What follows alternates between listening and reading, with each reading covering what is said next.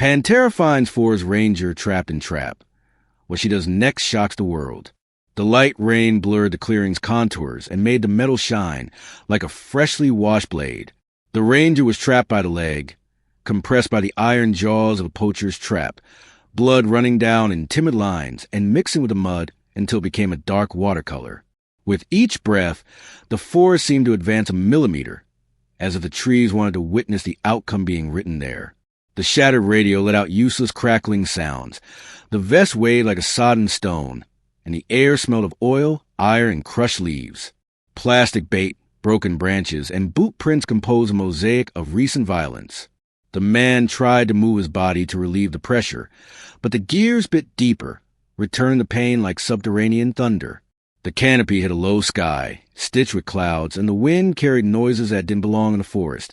A high-pitched, distant, insistent buzzing, reminiscent of a stubborn fly made of propellers. That was when the shadow appeared, first as an absence of light, then as a body. The Black Panther crossed the edge of the clearing with the fluidity of a nocturnal river, and the man's heart raced the way it does when life feels fragile. Panther finds Forest Ranger trapped. What she does next shocks the world. It didn't sound like a headline. It sounded like the exact translation of what fate intended to write there, though no one yet had the words. The rain thinned to suspended dust. The panther circled the trap in ever-shrinking circles, studying the geometry of the iron and the rhythm of blood on the clay. Its tail drew commas in the air. The animal tilted its head, lowered its shoulder, and pushed, with the calculated force of one who knows its own weight, a bundle of branches onto the exposed spring. The impact wasn't a fury. It was a bitter curiosity. The chain responded with a short, harsh snap. The panther retreated, circled the fallen man's body, smelled the blood, raised its eyes to the overcast sky, as if measuring the time remaining in that scene. Another approach. The weight of its shoulder-pressed branches against the trap's teeth, a gesture almost technical, almost human, yet born of another pedagogy, that of repeated suffering. The forest held its breath. The buzzing overhead redrawn an invisible ellipse. A clandestine drone sought trophies and found contradiction, because the world, in that anonymous corner, had eyes. A cell phone left in recording mode blinked discreetly in its vest pocket. A trail camera, hastily assembled hours before, peered into the clearing from a hollow trunk. The drone, programmed to record cruelty, captured a script that contradicted it. The panther touched the gear again, insisting on the point where the lever gave way, and the metal groaned like old wood.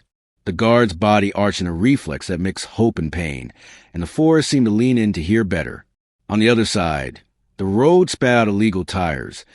Engines approached with muffled laughter and the snap of twigs.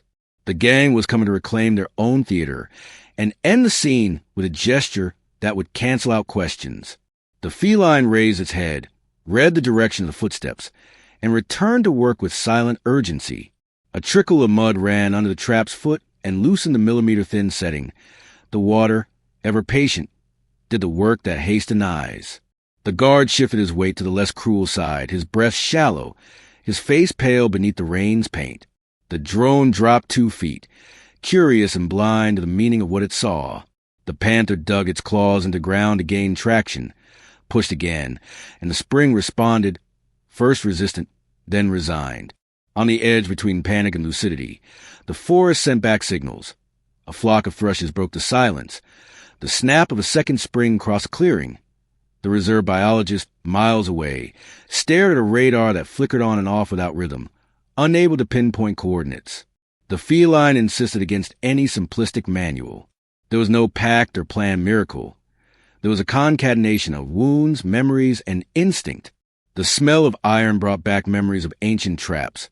Scars hidden beneath the shine of fur. The paw sought the exact spot, repeated the gesture that had once freed its own flesh, and the iron yielded enough of the human leg to breathe.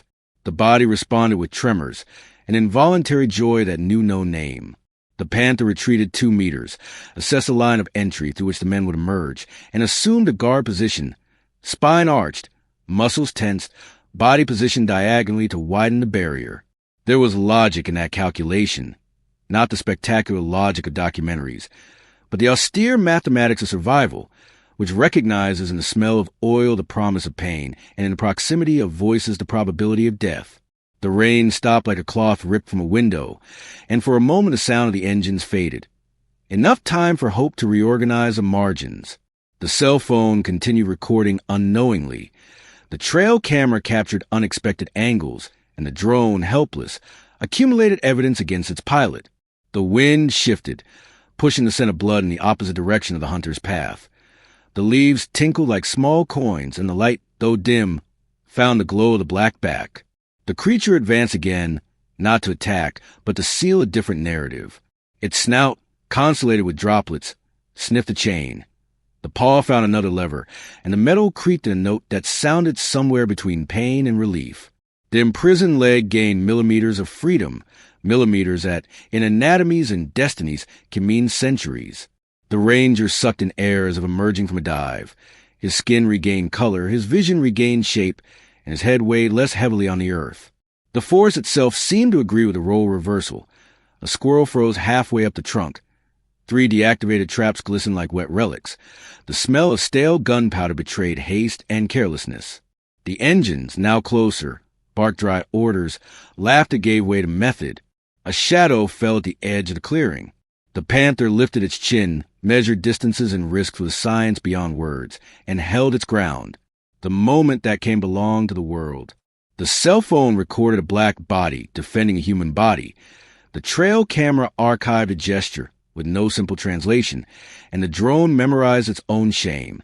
It was the evidence that would later cross borders on luminous screens and spark debates about what separates instinct from compassion, strategy from chance, myth from survival.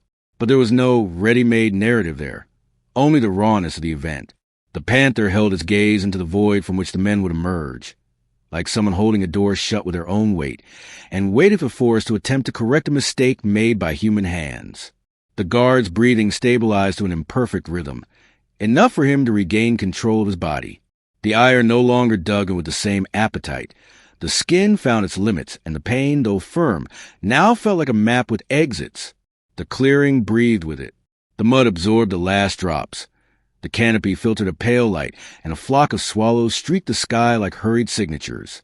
Then the image froze, not in the cameras, but in the memory of the episode and the story. Pull back the brakes to gain momentum. 12 hours earlier, the same forest had seemed like a routine cathedral, and no one imagined that the most feared shadow would become the sentinel of a fallen body. The forest held its pulse in a waiting rhythm, as if knowing any hasty movement would tear the fabric of the moment. The panther braced its paws, redistributed its weight, and, in a gesture that combined patience and calculation, tested the invisible lever beneath the blanket of branches and mud again. The iron, weary from the repeated effort, and the water, seeping through the cracks, yielded another degree of freedom. The guard's body reacted with a shudder, not of panic, but of return, as if a small internal tide were receding, allowing the shores to be seen again. The skin, still pale, took on a moist sheen that didn't come solely from the rain. There was, in that return, a beginning of reorganization. Overhead, the propeller sliced the air impatiently, capturing angles and shadows. Below, the clearing offered a scene that didn't belong in comfortable narratives. A predator delimiting a boundary around a vulnerable human body, a hunting mechanism acting as executioner, and a forest that, without speaking, offered its opinion with wind, smells, and slight slopes. Outside, the engines adjusted their course, guided by coordinates that assumed control, but they would find the theater already occupied by a logic they ignored. The mud thickened under the alternating pressure of the spring. Small stones gave way. The tooth lost precision, and the imprisoning assembly exchanged conviction for fatigue. The panther read the sound of the tires before the shapes appeared. The trunk in the background gave a sharp crack, a warning. The feline repositioned itself between the trail and the man, creating a tilted axis that would hinder a more direct approach. The tail, which had previously drawn commas, now punctuated silent exclamations, sometimes low, sometimes horizontal, composing an alphabet suitable for anyone who knew how to decipher. The ears alternated attention between the drone and the road, prioritizing the most immediate threat. There was no ornament in the gesture, only functionality. The trail camera, invisible on the trunk, recorded every micro variation of posture, every muscle twitch beneath the wet fur, every recoil and advance of the metal mechanism. The motion sensor recorded the lingering, not the attack, and this simple statistic would later shape public understanding of what had truly happened. The cell phone in the vest, trapped in a sodden pocket, continued its role as an involuntary witness, adding frames that, aligned, would form the sequence responsible for shifting certainties.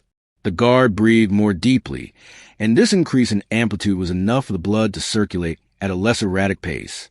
The pain, still acute, began to separate into identifiable layers.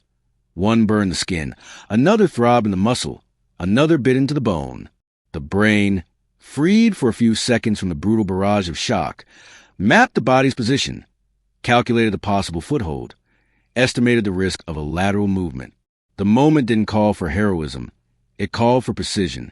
The forest, sensitive, adjusted its diffuse lighting. The cloud shifted and a milky glow fell upon the metal, highlighting the most vulnerable part of the gear, exactly where the panther insisted. The first human steps crushed leaves at the edge, too heavy for experienced hunters, too light for organized rescue. The indecisive pace betrayed surprise. The panther raised its neck, froze for a moment, and resumed its position, uncompromising. This wasn't a pact. It was a prohibition, with its chest jutting out. It blocked the easiest path, forcing any approach to a wider arc, long enough for the clearing to reshape itself in favor of the fallen body. The overall appearance was the austere aesthetic of a barricade. The engines retreated 2 meters, as if the very ambiguity of the scene momentarily dispelled their intention. The drone dipped and rose, hesitant, capturing reflections on the animal's back and the nervous texture of the man's hip.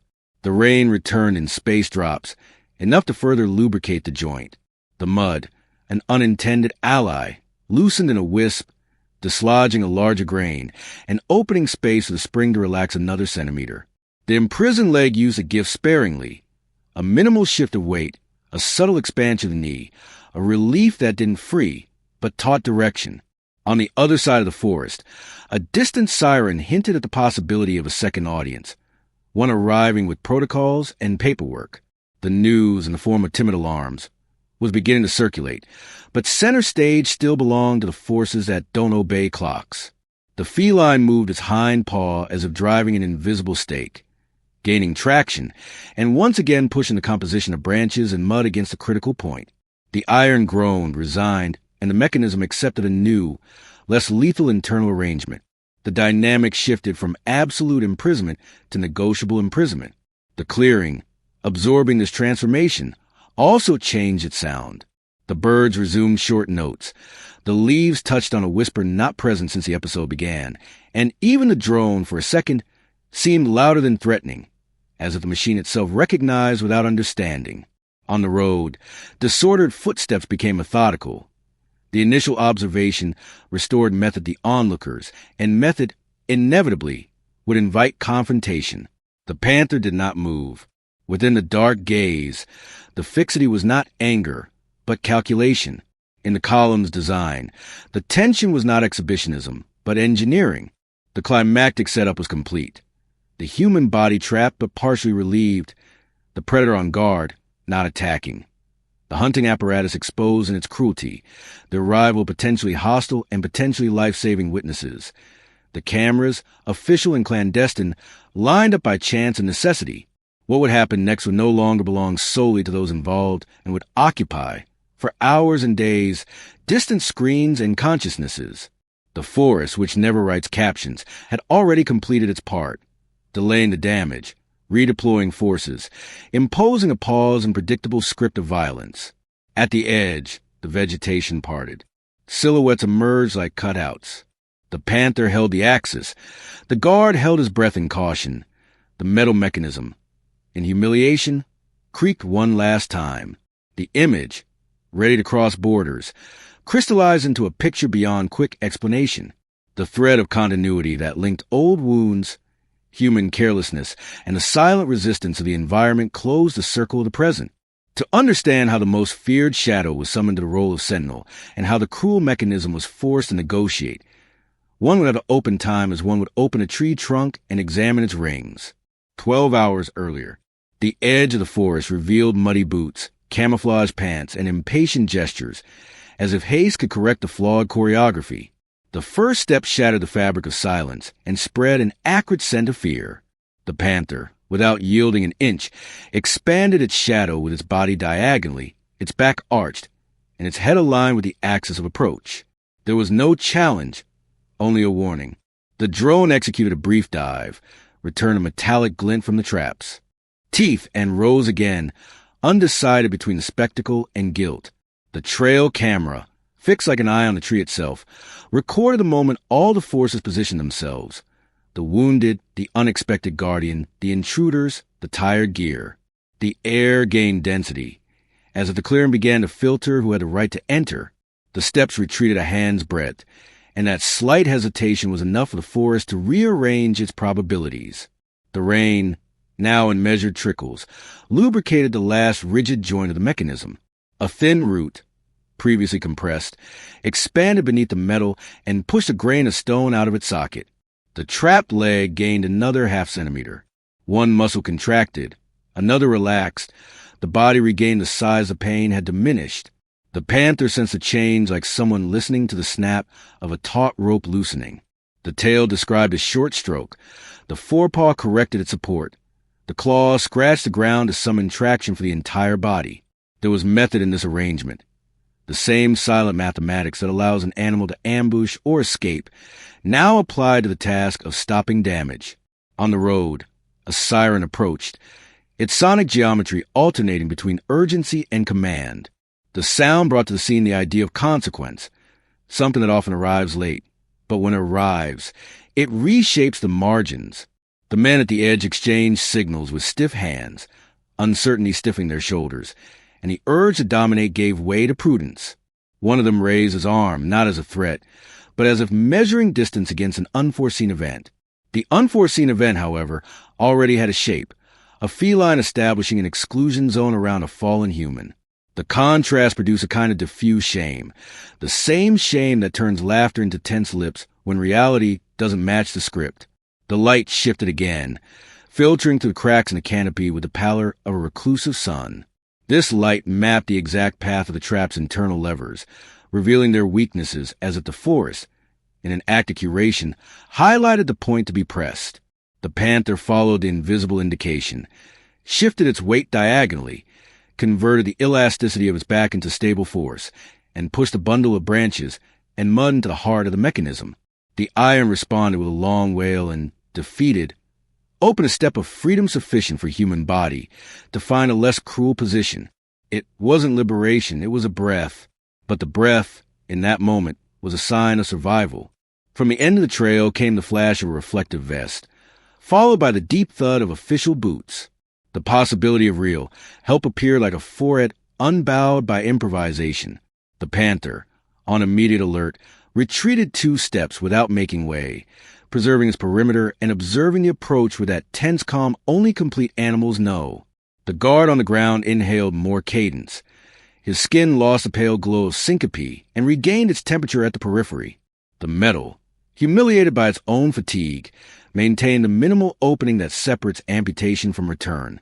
The image, stitched together from the trail camera, the cell phone, and the drone, solidified itself as a sequence the world would understand without translation.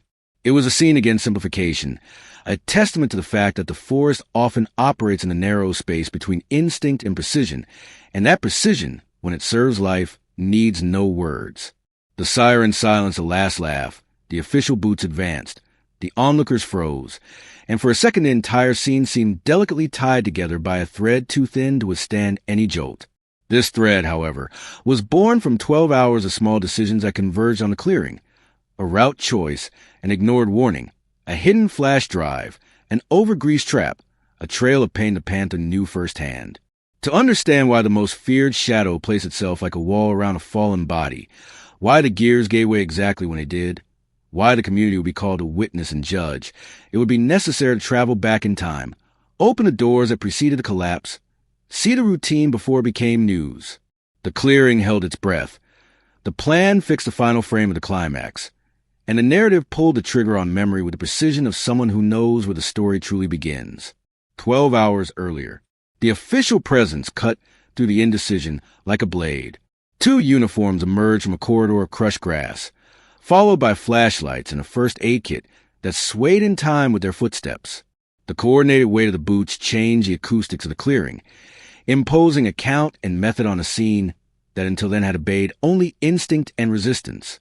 The panther retreated half a body, aligning itself with the fallen trunk to reduce the invisible line of fire, while simultaneously maintaining the perimeter around the wounded man. The movement revealed a mosaic of old scars beneath the wet fur, maps of other confrontations with the same cruel engineering. The trail camera recorded the shimmer of this topography, and the cell phone in the pocket archived the same truth in flickering pixels.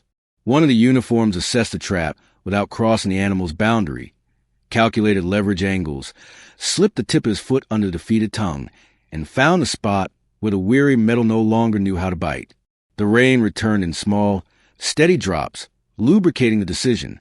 The mechanism yielded a little more, enough for the body on the ground to reposition itself in an arc that separated tendons from the serrated teeth. The pain, still sharp, took on manageable edges.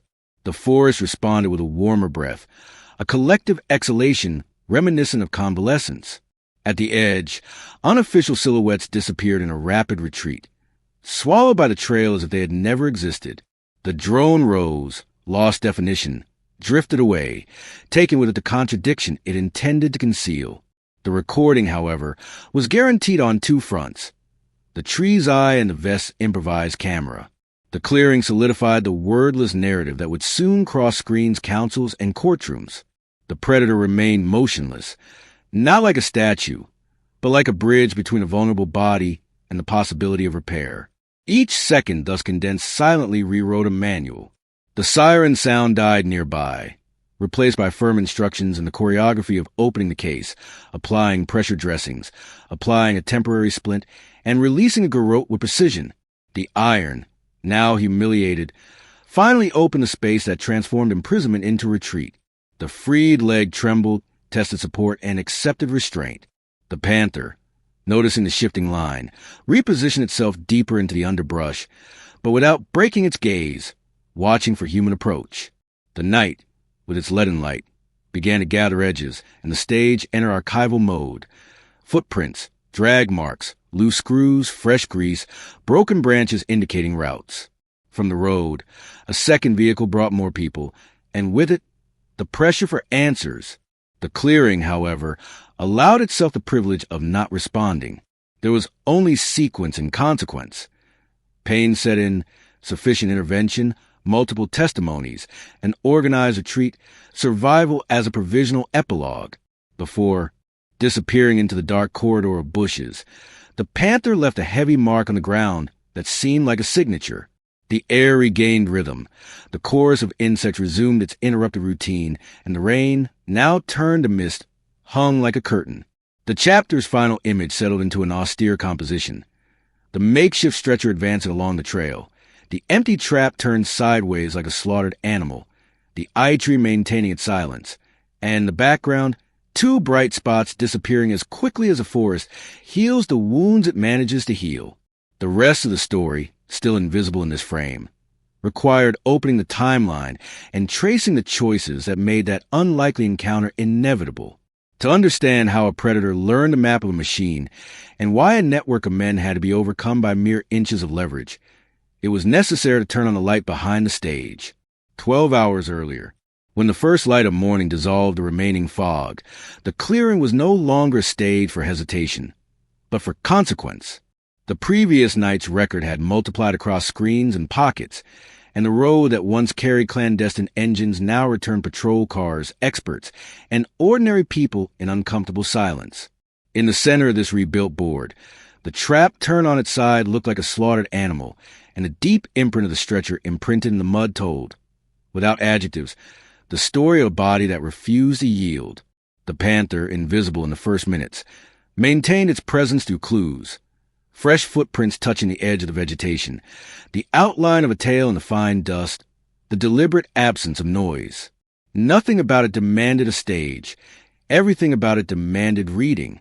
Agents cordoned off the area with yellow tape, retrieved the flash drive hidden in the trunk, copied the contents of the waterlogged cell phone, and recovered the trail camera that had seen more than any human witness. Footage from seized drones completed the mosaic. Escape routes, waiting positions, times marked on laminated maps, a jagged line of deception orchestrated by people who believed themselves untouchable. In the silent early morning routine, the sequence that dominated conversations was not a race, but a pause, the panther interposing itself between the wounded body and the repetition of the violence. This pause, shown countless times on small screens, acted as a moral break. The faces that appeared at the edges of the video were no longer anonymous. Beards, caps, and jackets gained names, addresses, and trajectories.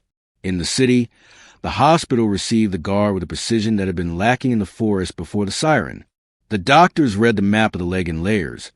Barely preserved muscle, tendons at risk, the mark of the iron tooth drawn as a signature. News of the stabilization spread to the corridors and returned to the forest in quick calls. The reserves biologists, who had been the first to understand the gravity of it all, coordinated with the team to reinforce monitoring, expanded the sensor network, repositioned educational trails, and prepared the community for a conversation that blended science, ethics, and survival. Around the bed, pain ceased to be exclusive to one body and became a kind of common topic, a topic of improvised classrooms and market conversations. The investigators closed in using a method unknown the night before. The rookie who had betrayed patrol routes was located on property with homemade antennas and dismantled drone parts. In a backpack were memory cards with dates that coincided with old wounds seen on the panther's back. The link with distant buyers emerged from impatient messages exchanged on apps, where trophies were described as merchandise and the forest became a catalog. When the patrol cars arrived, there was no more bravado. The silence of the detainees could not drown out the noise of the images seen by thousands. Justice, summoned by this chorus of pixels and mud, moved gears that usually move slowly, and in this case, they moved a little faster. At the reserve, the community gathered in a nearby clearing, free of traps and drones. Children, who had previously pointed at felines with a mixture of fear and fascination, now asked to see the video of the guardian animal, and received, instead of simplistic heroism, an explanation about territory, hunger, the memory of pain, and the organized chance that saves lives. The wooden mural at the entrance took on new colors, a dark silhouette among light-colored trees, in the background the outline of a stretcher, and in the lower corner the drawing an open spring and a branch pressing the lever. The title, improvised by small hands, didn't need an exclamation point. A continuous line connecting the feline to the word care was enough. And nearby, signs were installed with maps of ecological corridors, warnings about anonymous reporting and instructions for recognizing and avoiding hunting schemes. Despite the public tone of reparation, the forest maintained its own rhythm, averse to human coronations. In the week that followed, thermal cameras captured the panther crossing the same corridor of grass, limping less with each dawn. In some images, she stopped next to an old oil mark, inhaled and left, as if checking whether the territorial wound had healed on the outside. In others, she simply skirted the edge where the trap had been dismantled, leaving footprints that resembled commas in a text she herself had decided to interrupt. The rangers, still hospitalized, received snapshots of the forest in photos and reports. Each small improvement in the feline was a painkiller, each new piece of evidence dismantling the gang acting as an emotional splint. The hearing that sealed the first judicial decisions took place in the stuffy room, where the air conditioning imbued a chill with an unconvincing chill. There, the sequence of recordings spoke volumes. The eye trunk repeated its memory. The cell phone displayed tremors and uncertain focus. The drone, a tool of predation, unintentionally revealed a twist that disavowed it. There was no spectacle. There was a patient comparison of data, overlapping times, and the crossing of voices and footsteps.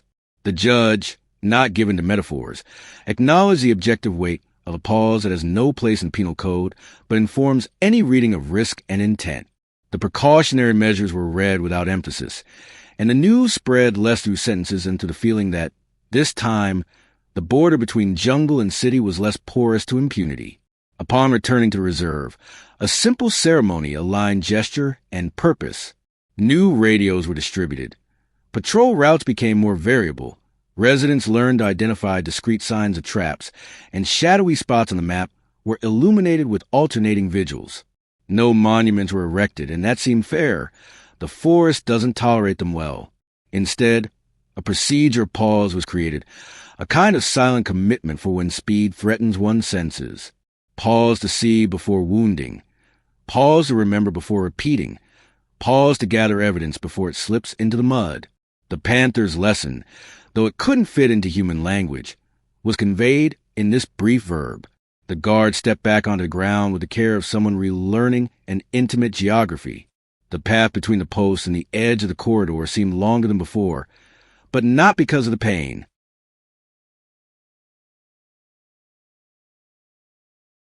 Because of the density of memories.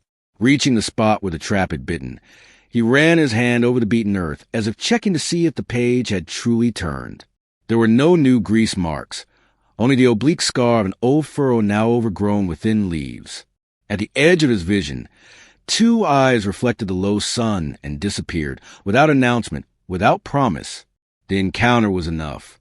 In the following months, the story suffered what all stories suffer: reductions, exaggerations, opportune uses. Still, the central sequence resisted the distortions. A predator drawing an exclusion zone around a wounded human. A cynical machine forced to negotiate with mud, water, and persistence. A community called to exchange curiosity for care. In the balance of losses and gains, the numbers didn't lie. Fewer traps collected on peripheral trails, more reports filed, a broken chain between those who hunt, those who buy, and those who profit along the way. And in the forest, which doesn't sign reports, the proof was written in absences. Fewer abnormal silences, fewer metallic stenches, fewer abrupt breaks in birdsong.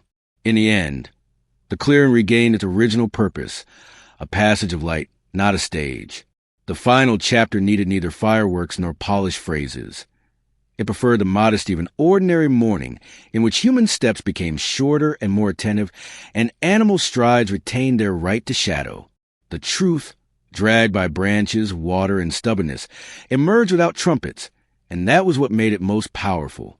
The world moved on as always, but in that fragment of territory, the idea of the wild took on a less simplistic form. Those who saw it, live or on screen, understood enough not to forget. Sometimes, what you call instinct is just another form of precision. Sometimes, what you call courage is simply insisting on the pause until the damage recedes. And when a pause like that happens, an entire forest breathes a little easier.